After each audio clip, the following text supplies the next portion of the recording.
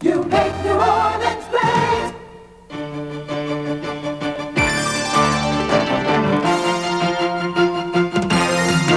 Charles Ziwi, Beverly Carr, Buddy D with sports, and Dan Milham the weatherman. This is NewsCenter6 Tonight.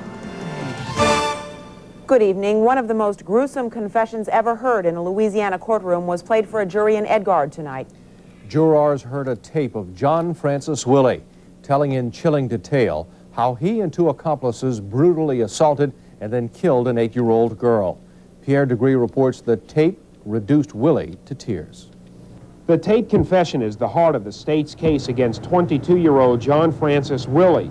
It offers a chilling rendition of a cold, brutal slaying, with prosecutors hoping the stark admissions by Willie will seal his fate with the jury.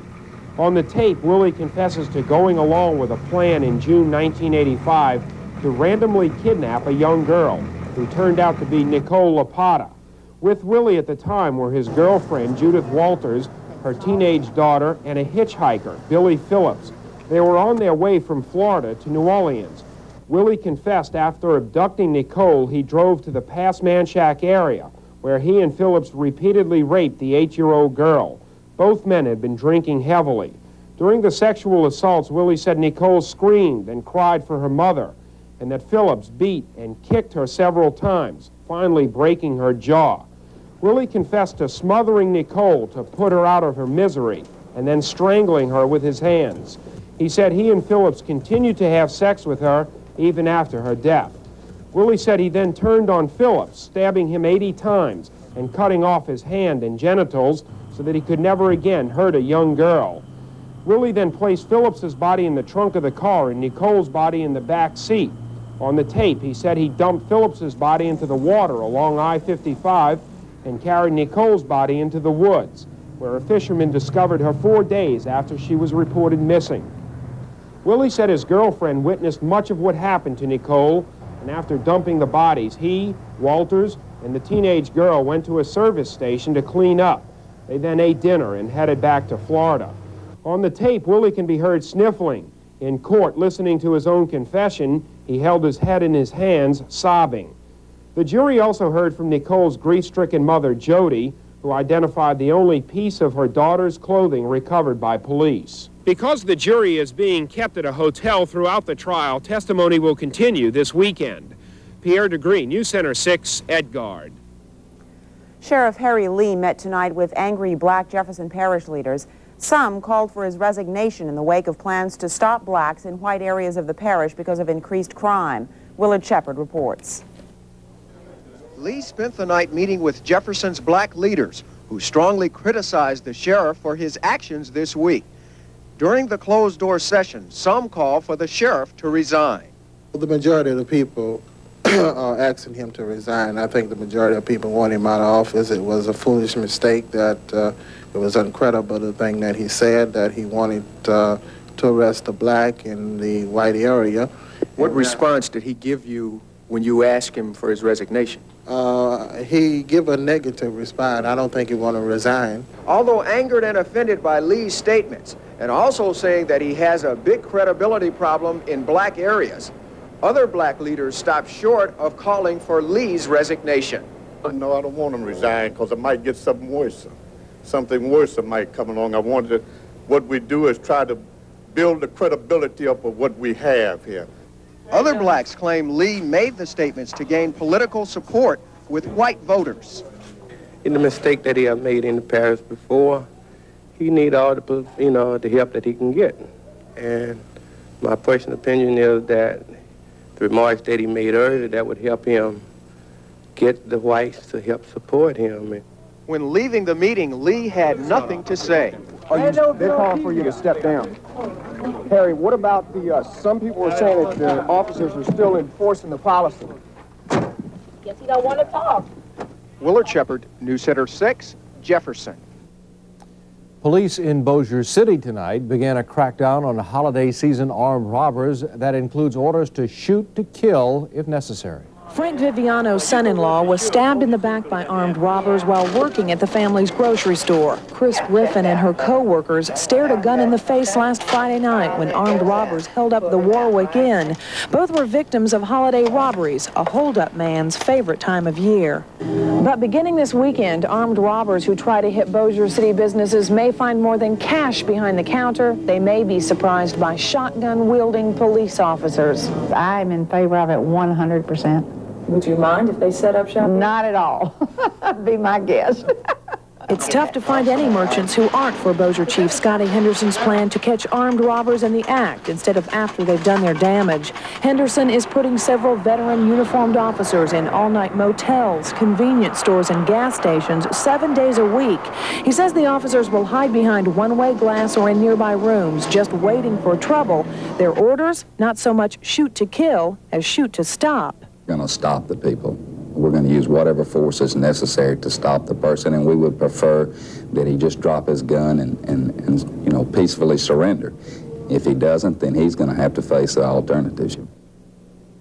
Suspended Pardon Board Chairman Howard Marcellus entered another series of innocent pleas today. The charges he offered to take money in return for getting pardons for state prisoners. At a hearing in Baton Rouge, state inmate Gary Martin also pleaded innocent to being a part of that scheme.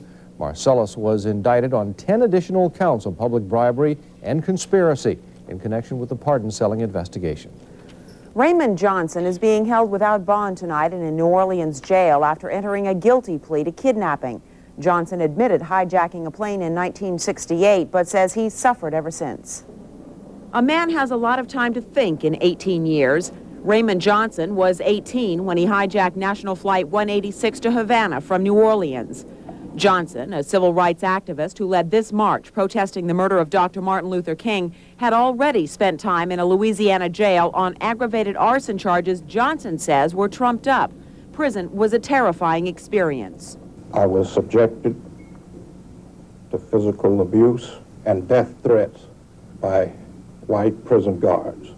At one point, I was handcuffed and chained and suspended between two beds. He left jail, penniless, frightened, and in desperation hijacked the plane. Johnson was arrested by Cuban political police, jailed for 4 years, then set free in a society he came to hate. The people of Cuba enjoy practically no rights. People are persecuted because of their religious beliefs. There's no freedom of choice. I found that, in fact, I had jumped from the skillet into the fire. Johnson's Cuban wife was in the courtroom when he pleaded guilty. His mother was also there to hear the story of Johnson's hijacking. She saw her son beforehand. He said, "Mom, I'm ashamed." I say, "Don't be ashamed, darling." I say, "Mama, love you." I say, it's not no murder. I have come back to face up to whatever the court decides. Life in jail here in the United States is better than the lives of the Cuban people on the streets in Cuba. U.S. Attorney John Volz dropped the hijacking charge in exchange for the guilty plea on kidnapping.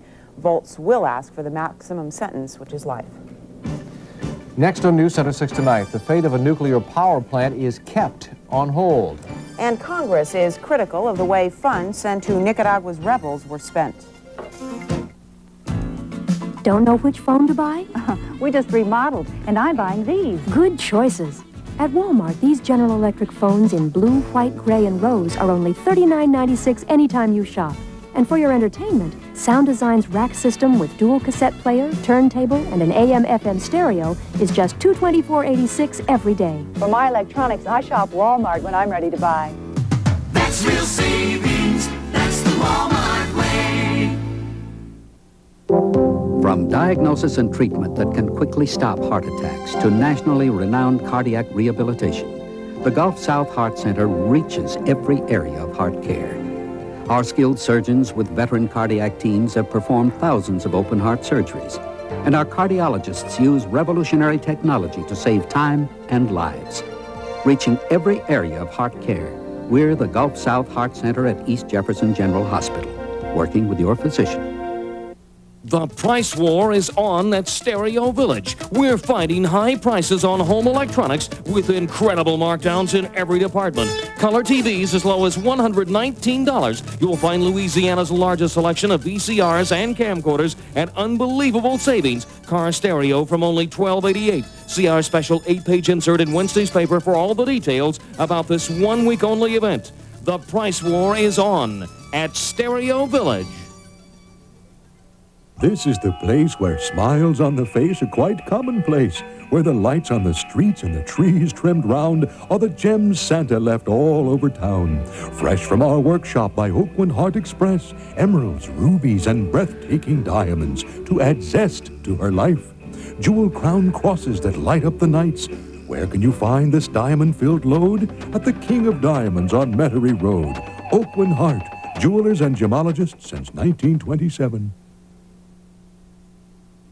The St. Charles Parish Council tonight voted to allow Transamerican Refinery to keep its tax-exempt status. Transamerican's shutdown 3 years ago after taking over Good Hope Refinery caused its exemption to be challenged. Refinery officials promised to repay $12 million in back taxes if production does not resume by 1988. Unit 2 of the Grand Gulf Nuclear Power Plant will remain in mothballs for at least 3 more years. Middle South Utilities executive said today that while the company had spent about $947 million on Grand Gulf 2, there were no immediate plans to seek a rate increase in passing those costs on to consumers. Middle South Chairman Ed Loopberger said he did not see the need to acquire additional nuclear power at this time, but that the next 3 years would give the company a better idea of what energy needs will be in the region. House committees in Baton Rouge begin debate tomorrow on a package of bills designed to cover what is now estimated to be a $360 million state deficit. Early today, Edwards' administration forces in the House scored a procedural victory when they got the governor's lottery bill sent to a favorable committee. That drew criticism from Berwick Representative V.J. Bella. Should uphold the rules of this House that anything concerning gambling should go to the Criminal Justice Committee. Y'all seeing fit to break that particular rule. Nonetheless, the vote was 50-24, and that's still a long way from the 70 votes needed to approve a lottery. There will be no special session of Congress to investigate the Iran-Contra crisis. The White House announced the president's decision after he left Washington for Camp David. Earlier, the president met with congressional leaders to make it clear he will not fire any staff members unless there is evidence of wrongdoing. A new congressional report is critical of the State Department for its limited supervision of aid to the Nicaraguan rebels. The General Accounting Office report shows more than half of $27 million in humanitarian aid last year cannot be tracked. Some of that money was used by the Contras for ammunition. Blood testing is underway in the Gordon Plaza subdivision area to check for unusual lead levels in children who live in a neighborhood that was built on top of a landfill.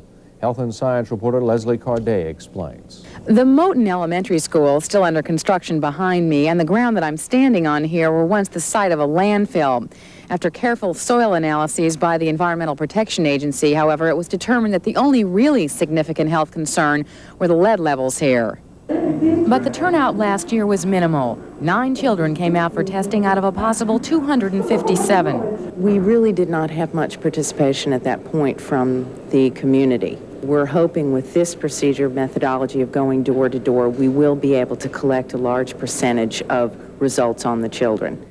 But door-to-door testing will be done only for those children under the age of 6. Older children must come to the Press Park Community Center on December 7th between 10 and 4 p.m. Results of the testing will be in by January 1st, 1987. Leslie Carday, NewsCenter6. Dan Milham is next with cool comfort in the weekend forecast. And if your weekend includes Christmas lights, add City Park to the list of sights. We Americans have always liked things clean and simple. For instance, we've always picked our own family doctors to treat our ailments or refer us to the right specialist. Must be a good system. We have the best health care in the world. That's why AvMed does things that way. AvMed, the HMO that's not out to change the way the American health care system works. We're just making it simpler and less expensive. AvMed. Ask your employer for details. Yes, indeed, it stands to reason and Riverwalk 'tis the season to be jolly. Christmas on the river ain't nothing but fun. Talk to Santa, check your list, I'll get your shopping done. There's so much to see, so much to do. Riverwalk has the Christmas for you. Yes, it's the best place of all to have a holiday lark. Come to the Riverwalk. If you think Ford Taurus is just another great-looking car, then you haven't heard the inside story. Taurus has more total interior space than Chevy Celebrity. More room in the trunk, too, and it's priced almost $900 less than Olds Cutlass Supreme. And that's before you get your top-quality Ford dealers' rock-bottom price. Making Ford Taurus one great value inside and out. In Lockport, see Lockport Sales and Service, 532-2552. The pre-Christmas sale at Macy's. Gifts for giving at 20 to 50% savings store-wide. Now through Saturday.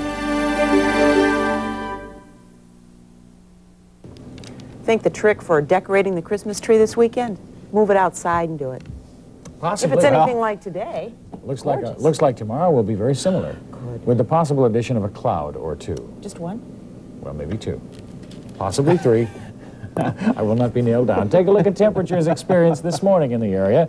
You will note that there are generally 40s. Of course, Boothville down there where the water affects its temperature so much had a low of 52. Slidell a low of 38. Now, more 30s are anticipated, especially on the North Shore and these outlying areas, except, of course, in the city, in the populated areas, and right around the coast and shorelines. Those temperatures will stay in the 40s, but close enough to freezing in these North Shore and outlying areas that a frost warning is out for those areas. Again, in the populated areas and along shorelines and coastlines, closer to 40, maybe even low 40s. Afternoon highs today, as you see, mainly in the low 60s, and those are expected to be repeated tomorrow.